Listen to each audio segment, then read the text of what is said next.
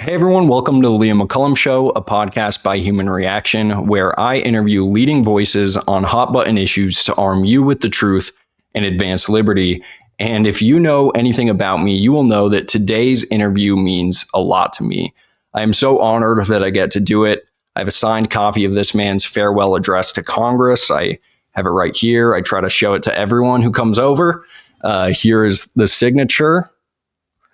And I have watched countless hours of this man's speeches or his debates when he ran for president in 2008 and 2012.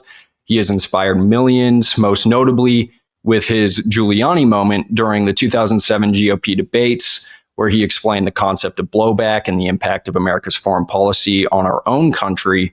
And many said that his call to end endless wars at the time was anti-military, but he went on to receive more donations from veterans and active duty military than all Republican candidates and Obama combined in 2012. His two presidential races sparked a nationwide movement that persists today, and we are going to be discussing it. Dr. Ron Paul is the author of many books, including End the Fed, which will be the topic of most of today's interview. He served in Congress for a total of 24 years, and he ran for president as a libertarian in 1988 and as a Republican in 2008 and 2012.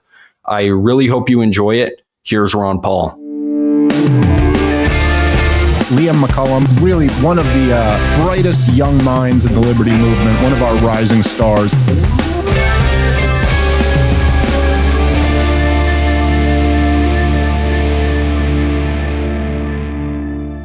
Well, Dr. Paul, thank you so much for being here today. You have been an inspiration to me for a long time. I date it back to my senior year of high school, and it was public school, if you'd believe it. My teacher at the time, Lee Deming, who is still a close friend of mine, and he's actually a legislator in Montana, he had a portrait of you in his classroom that was right in front of me every day. And again, this was public school.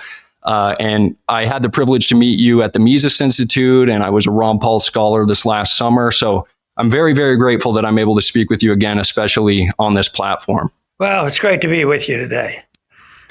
So the main reason that I want to have you on is that a couple weeks ago, I took to X and I decided to offer the idea that you should audit the Federal Reserve, that you should lead a DOGE team to audit the Fed. And much to my surprise, Elon Musk responded and he said, good idea. And over the course of the next few days, it sort of took on a life of its own. And Senator Mike Lee responded and said that you should actually chair the Fed.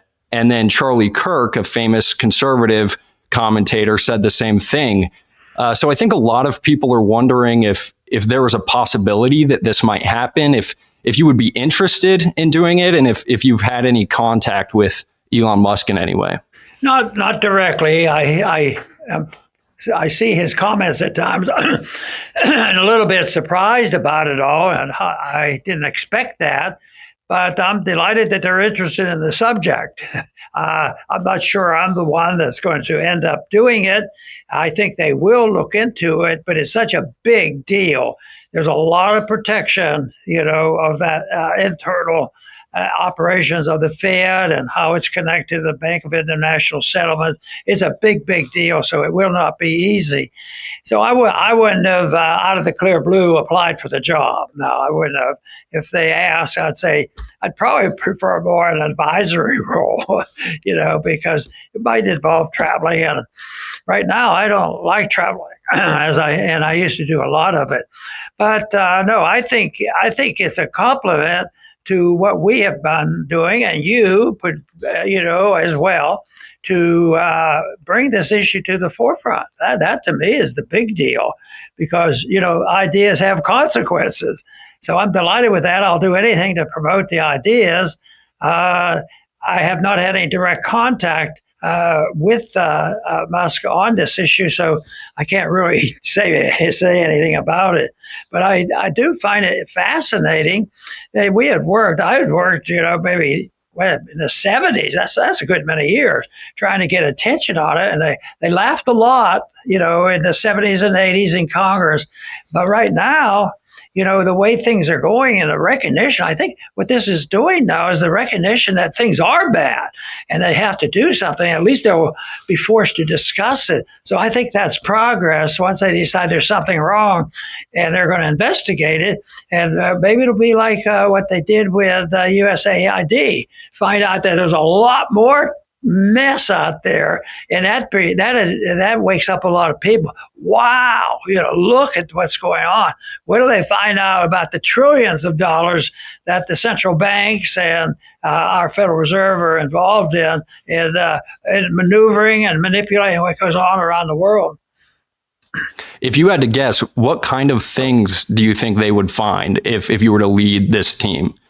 Well, it would be financial, but it would also be political because, when there's a financial crisis, they'll pick and choose who deserves, to be bailed out. They're bailing out. Once you're dealing with these trillions of dollars and there's no record kept, they say, well, we already have an audit. We keep a record on how much money supply there is. That's nothing to what they could do with credit. And they bail out their friends and they punish their enemies, and just who's done what, I don't know. I wouldn't have been able to cite all this stuff, but I'm not surprised what they're finding on USAID, and that'll be the way it'll be bigger with the financial things. Who have benefited, who got bailed out, big corporations, foreign governments. It'll be huge, and there'll be a lot of resistance, and that will be a real test. So when you were on Tim Pool's podcast, I submitted a question to him and he read it to you, asking if you would serve as the last Federal Reserve chairman ever. If that was offered to you, would you accept? Well, I'd have to study exactly how it would be done, because some people think that if they appoint me tomorrow, I would end the Fed. And I don't see any advantage to that, because I think there's a lot of chaos now, but that would magnify the chaos. It's like a drug addict is bad and always wanting more, and then give them a deathly dose of it. Here it is. I'll give you a full dose.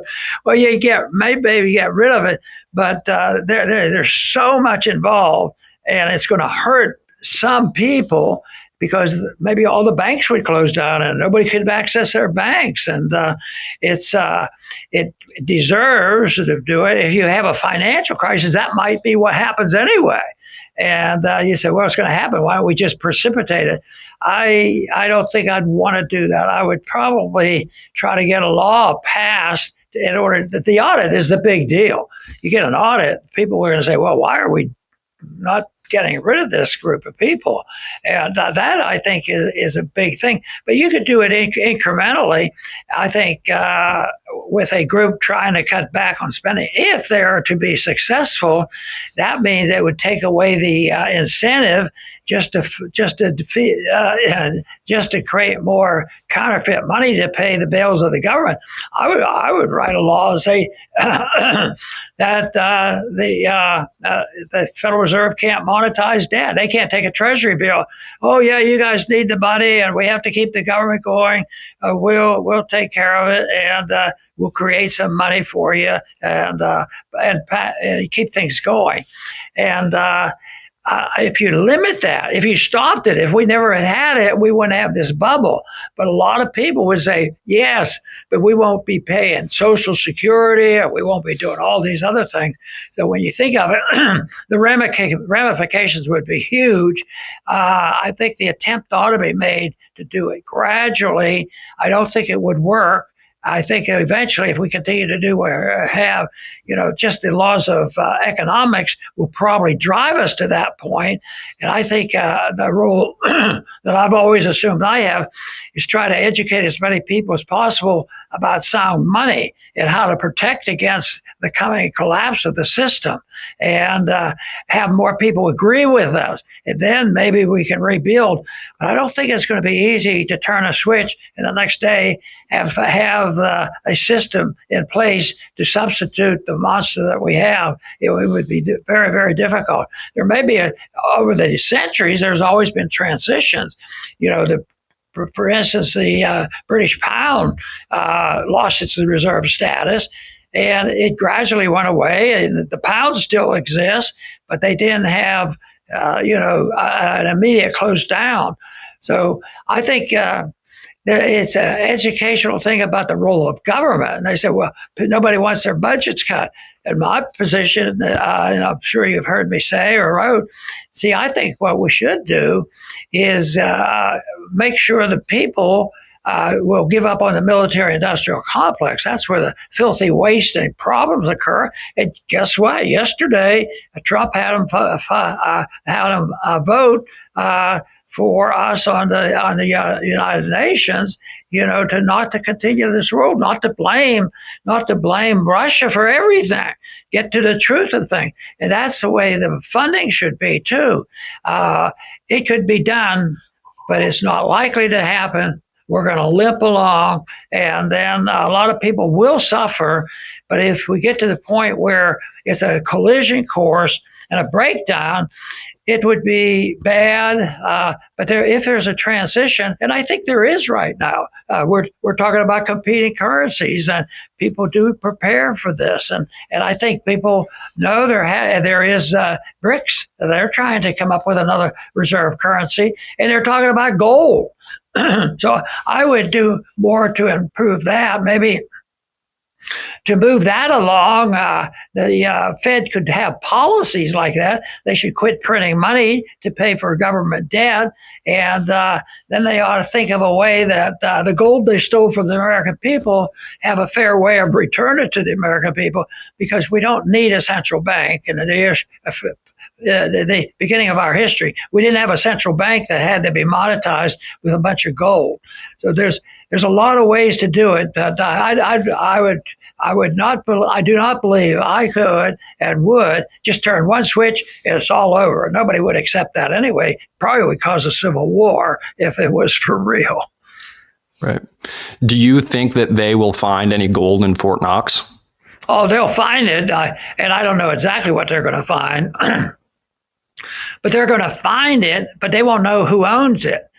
They wheel and deal and sign it, and they use it as collateral. I think they're in that kind of stuff big time, and it's a pretend. But I think there's an awakening there, because the gold right now is flowing into this country, but some people say that's just because more people are buying gold. And that's what I want. I think one of the most significant events in monetary history, well, the Federal Reserve was bad. Confiscation of gold by Roosevelt was bad. The breakdown of Bretton Woods was an indication we were bankrupt. But I think the big deal was a couple of years after Bretton Woods failed, what they did was they legalized the right of Americans to own gold. And a lot of people own gold now, so the more the merrier. And I think if they don't, you can't be in a position to buy gold. They ought to be buying silver. And I think, the other day they quit emitting gold copper pennies. Well, they emitted the copper pennies probably 30 years ago. Now they can't. It takes 4 cents to make a fake copper penny. So, but I want to have a real copper penny. And a real copper penny might be worth, in today's money, $40. So I see the movement in that direction. People think of money as something of real value. That is something that has already started. So there are some good news, and I think encouraging that movement, it would be very important. And that's why I get excited by young people like you who are interested in it and involved. And you probably have a good feel for what your friends say. I'd like to know, have you seen it, a change with the people you know and work? You've been involved for several years now, and I found that when I was campaigning and reached out to college kids, I found out that it was magnificent. They got excited about it. And that to me means it's very positive. Liberty is possible. As I used to say, freedom is popular. People will accept it. And right now, authoritarianism is on the rocks. Our foreign policy is in shambles. Monetary policy is, the social policies, and all the nonsense of the woke generation. That has to be changed if we want to get back to a little common sense. I think a lot of people in my generation are waking up to those ideas, especially foreign policy. I helped volunteer for the Defend the Guard Act, and I know you're aware of this bill. Basically, it would prohibit a state's National Guard from going overseas and being deployed to unconstitutional wars as long as Congress hasn't declared war. And I've met a lot of young people within the National Guard or recently retired National Guardsmen that support this that are my age. And on the issue of money, you constantly hear people. I'm a second year law student, and I constantly hear people talking about Bitcoin and cryptocurrency, and they might not have the principles or the understanding of why they might not understand subjective value, or they might not understand anything about the Federal Reserve, but these ideas are getting out there and becoming mainstream, I think. Yes, and it should be available. I'm not a great fan of it, but I'm a great fan of the conditions that might bring something like that about, because our conditions are bad, and I want legalization of all alternatives, but it has to be without any fraud and abuse, or you'd be like government money. So, and I see a mixture there, because some of the people in the crypto market, they like the government. They want the SEC there, and that gives them credibility. And they think that crypto is going to go up so high in value if we just, the government puts it in the Federal Reserve Bank and waits for it to go up, or Treasury, it will pay off the national debt. That's a miracle that I don't quite understand. Yeah. So my understanding is you would rather take on an advisor role and propose laws such as laws that would allow the competition of money. And do you think that, like, let's say you were to be appointed the Federal Reserve Chairman, do you think a Federal Reserve Chairman could take on that role? Could he be an advisor and oversee these laws and recommend these laws to stabilize the economy? Well, I guess theoretically, I just think the deep state is too powerful to even think that they might do that. In the same way, I mean, if Trump called the bar and wanted to appointment, it wouldn't happen. The deep state is too powerful. And then look back and look at some of the things I believe in. You believe in liberty in a sincere way. Well, we're not looking for people like you. So I think that that the people really aren't ready for it. The deep state's not ready for it. What we're combating is all these years, maybe 100 years of progressive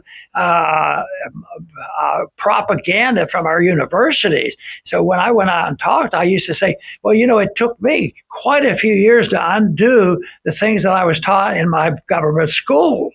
And that's the problem is learning about it. But if you talk to young people, sometimes they're not as embedded with the system. Say, well, I have to go to the bank and borrow this money, and they're tied into it. And then they're always threatened. Oh yeah, they're involved. The first thing they're going to do is get rid of Social Security. And how many people are on Social Security and Medicare? Most of the country. And they get threatened. Well, that's not what I had in mind, That's not going to work. But I try to remind people that in 1921, they were still old-fashioned enough. If they got malinvestment and a bubble, which they created themselves with excess credit, there was hands off. The government didn't come to the rescue. And it was a sharp, deep depression for a year. And then the malinvestment and debt was wiped out, and they went back to work. Today, if you had that happen, the conditions aren't such where they're going to really allow the free market to resume themselves. And at 21, we still had, a bit of a gold standard and things, and things snapped back rather rapidly. But I don't think that I don't think one person is going to go there and turn a switch and everything is going to be okay. I think education, understanding of monetary policy, understanding our history, that is what's key. And I imagine that's what my goal has always been. But I never thought much would happen, because it was my personal mission to teach people about it. So I've been shocked, really shocked, surprised, pleasantly so, that so so many people cared, and we're at a point now where it's amazing. I remember going to college campuses, before I even was in Congress, because I wanted to talk about the issue and I found it interesting. If I could find 15 libertarian type students, I thought that was a big deal. But now, we get more than 15 if somebody, retweets something I've said. So it's a different age, and that also is a very positive. It's also very negative, because what they can do with the propaganda of the internet and all has been the people who promoted the woke, the woke system, to make us sure that young people would feel guilty, like they're bigots if they don't go along with the 1% who wants the crazy stuff at the expense of the 98%. People are waking up. So I see progress there. I think so too. And you mentioned public school. I was very lucky that I had a public school teacher who knew about you and introduced me to you. But I think sort of new media and new platforms are taking over for that role. People are looking elsewhere, even if they are in public education. They're able to find Tom Woods. They're able to find the Ron Paul Liberty Classroom, and they're able to see Elon Musk respond to me on Twitter saying that, you should audit the Fed. So I'm just curious, what does it mean to you that, this far into your career, that people are still bringing up your name? So 2008 and 2012 came, and there was a movement, but it has endured. And there hasn't been similar movements for people like Mitt Romney and John McCain. And, I had the privilege, I was able to actually give a copy of your book and the Fed to my representative, Matt Rosendale, and he signed on to Thomas Massey's bill to end the Fed. Wow. So it's sort of just getting out there, and more people are talking about it, and people continue to write you in for president every election cycle. Famously, Kyle Rittenhouse suggested that he was going to do it last campaign. So I'm just curious why you think that is, and what does it mean to you that people keep bringing you up, and that the richest man in the earth is now saying your name? Well, I'm surprised, but I'm also humbled, because I know my limitations and my shortcomings. I think I have a powerful, wonderful message of liberty, but I don't see myself as the greatest orator ever, and that kind of stuff. I don't see it personally. I think there's a personal feeling of a good feeling that people are interested, and because I'm delivering a message. But I have to say, I'm a plagiarizer. I've looked throughout history. I think Aristotle is a great place to start. He describes what money ought to be. So that I find very fascinating. So it's something that I think is really great, and therefore I think it's the ideas, and that's what's popular. I think that I happen to be one in the middle and say, pay attention. But I also look at I've met most of the 20th century individuals. I heard Mises lecture. I was a good friend of Senholt. I knew Murray Rothbard real well. One that I thought I admired was Leonard Reed, who had the Fees Foundation. And these people, I just really looked up to them. So I don't say, boy, I was really smart, and I did. I don't see it that way. But people give me credit. I thank them for their effort. But it comes from the building of ideas, and those ideas have to be based on a basic principle. And even today, I try to work real hard on understanding, the basic principles behind it. And I think it has to do with natural law and understand this versus the people who are nihilists.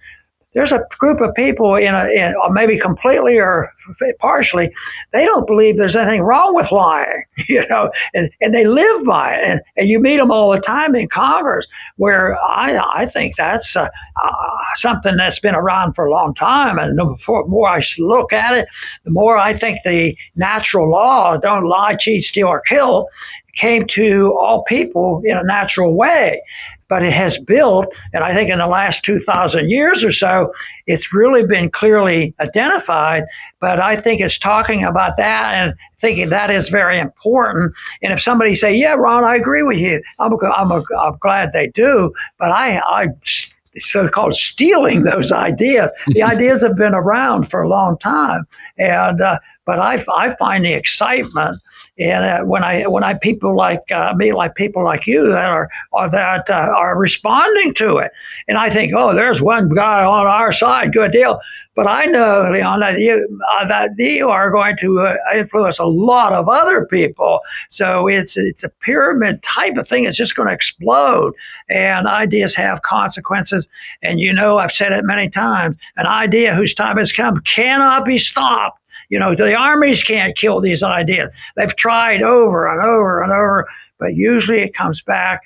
In a way, I think we're going through a situation right now in our country where people are rejecting all the bad notions and the wrong ideas, and even challenging. Just like I said, that we voted against Trump had people vote against picking blame and saying, well, this idea that you blame Russia for everything. Well, maybe the truth is something else. So I think that we're making progress there. So I really believe in natural law, and that and people know about it, and you can't cancel it out. And I think it's neat to go through history. Cicero understood this pretty well. And, our modern day theologians, many of them do, some of them get confused. But I think it's that area that's important. Encourage people to study it rather than saying, oh, Ron Paul knows how to do it. He'll take care of the fit in a week. So we have to be realistic. Yeah. Well, I really respect your humility on this issue. And I really agree with you that ideas are very important. And I think that there are a lot of people who are watching this who will think that there's a little more to it, though. And I'm just curious what you think about this, because Bernie Sanders is someone that I think of who kind of had a similar arc to you, where he had a populist movement behind him of young people who were animated to get behind him. And yet, for whatever reason, he has lost steam. He has kind of disgraced himself. I speak to a lot of young left-leaning people who are disappointed that he didn't vote to confirm Tulsi Gabbard or RFK. Tulsi was a Bernie bro, so she supported Bernie, and yet he has sort of betrayed her.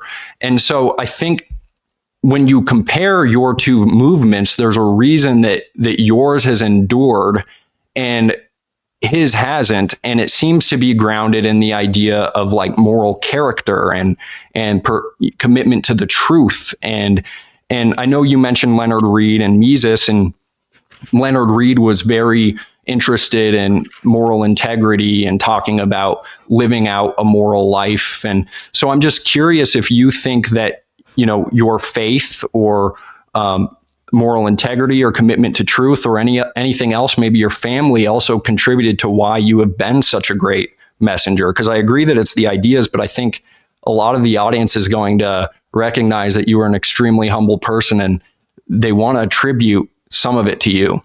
Well, I like to simplify it and narrow it down. Freedom is popular, that sort of thing. It has to be made simple, and it can be. I always argued that, I can't convert very many people in Washington, but give me a bunch of 12-year-olds, and I'll bet you in an hour I could convince them that monopoly money isn't a good way to go, this sort of thing. But simplify it, I think people should be devoted to refusing to use force. Everything should be voluntary. You shouldn't use aggression. That's not hard to understand. People know exactly what you're talking about. But except the politicians think of themselves in a different situation. Bastiat was very clear. The governments come along and they have a little understanding of morality, and they say you can't commit murder and stealing, but they don't apply it to themselves. They create all this killing with wars and stealing as taxation and on, and they're using aggression all the time. And they have the armed might of the military. They have the IRS. So they're doing exactly opposite of what a free society should be. And then they end up with a devotion to, well, we'll settle it with radical democracy. Forget 51% if they say it is. It's the law of the land. Well, that's ridiculous. And in one way, I think our Constitution was defective because they did use the majority vote to say, well, we have to tolerate slavery. And they allowed that to hang around. And just look at that. Somebody took advantage of that, a president in particular, and it's caused a civil war. And it's estimated that 800,000 Americans died over this. It just by the fact that people accept the idea that if they're in the government, they can use aggression. They can force people to do something. And I think that should be personal. I think it should be family talk. And I think it should be in business. And the world would be better off. And that's not very complicated. So you've alluded to it a few times in this interview about how the Federal Reserve is sort of the machine that keeps the military-industrial complex going. Without the Federal Reserve, we wouldn't be able to fund all of the wars that we have overseas. So I'm wondering if we can just finish this interview with foreign policy, and if you have any advice that you would give to Donald Trump. I know that he's doing everything that is right on Ukraine. It seems like they're going to back away from that war. But what other advice would you give to the administration? Well, I wouldn't think I'm going to, call him up and give him advice. But in my comments, I would say you have a great opinion on Ukraine, but I would like to see it applied universally. I'd like it to be applied to the Middle East. And when you look at the Middle East and Ukraine, it's devastating. I mean, it's just unbelievable what we participate in. But when it's on the television and propagandized, it's never our fault. And yet it's our money and our bombs and our foreign policy, and we're the king of the hill, and we permit it and encourage it. So, but on occasion now, and I think Trump has that inkling, because I think he's probably like a good businessman that says, if we keep doing this in business, we quit. If I'm losing money, I don't keep, the business going, I quit. And that's the way I think maybe he looked at Ukraine that way. But other places he's not. And I would, the only thing I would say, because he likes libertarians and he likes to get support, I would say if you want to get support, have a consistent policy about that. If you're going to be a non-interventionist and you don't want to be in entangling alliances, most libertarians want to see that in a consistent pattern, and that sometimes is a hard thing to do. And that is a big help if you're searching for truth. Consistency is very important. So last question for you, also related to foreign policy, is it is legislative season and a lot of people around the country are volunteering to testify for the Defend the Guard Act. Again, I mentioned this bill earlier in the interview, but it is a bill that prohibits the National Guard from being deployed to foreign countries if Congress hasn't declared war. And many of the volunteers are facing generals in these committee hearings. So generals come in uniform and they testify against this bill, saying that they need to be able to use the National Guard in foreign wars, or that the federal government will pull funds from the state if they pass this. And I'm just wondering what advice you would have to those volunteers, how they can channel your courage. You got up on stage in front of thousands of people and said that 9/11 was blowback for our wars overseas. So I'm just wondering what advice you can give to those people that are testifying around the country. Well, I think they have to realize that what they're doing is that it's a bit of a dedication to globalism and interventionism, and they have to reject on that. And the best thing to do is think, once again, simplify it. All associations between the human beings, whether it's countries, business, religious, or whatever, everything has to be voluntary. Now, how could you have more peace if two people come together and you don't have any association unless it's voluntary? And then if one person doesn't want to do it, then you have to avoid doing it. I mean, that's a simple rule, but this is something that I know that the people will resign. They'll say, "Well, that sounds like a good idea." Well, why do they listen to the propagandists to do that? So I think that's the big thing that they have to do, and I imagine that giving up aggression, they don't realize it. I mentioned already the difference between government And people shouldn't be. If you and I can't kill people, government shouldn't be able to do it and try to justify for some moral concoction that they have. Oh, we're doing this for the good of the world. The associations and these, the globalist approach to have people come together, entangling alliances. That's a bad idea. On the social sense, it's diversity. How can anybody be against diversity? Well, guess what? The best system for diversity is libertarianism. Everybody has their own way and nobody can hurt them, and you can't hurt anybody else. And just think how many different people you have. You want different groups. Everybody thinks of rights as in a group, and rights aren't in a group. They're right by individuals. So I really don't even like the reports on election night. How did the minorities vote? How did the Catholics vote? All that stuff. I don't care. I want to know what individuals think. And why put them because you don't get your rights because you belong to a group, but you should never be punished because you're in a certain group. And the world would be more peaceful. And since I think I prefer to live in a world that's more peaceful and prosperous.